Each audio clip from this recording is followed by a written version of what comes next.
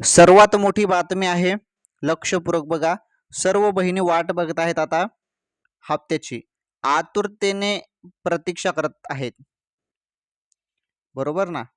आतुरतेने सर्व बहिणी प्रतीक्षा करत आहेत. हप्ता जो आहे ना, जुलै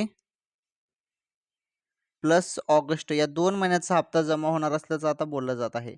म्हणजे 3000 आणि हा हप्ता जमा होणार आहे रक्षाबंधन निमित्त. ओके.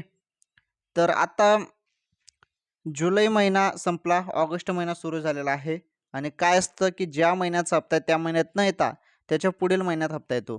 त्यामुळे जुलैचा हप्ता ऑगस्टमध्ये मिळणार आहे आणि ऑगस्ट महिन्याचा हप्ता पण ऑगस्टमध्येच मिळणार आहे.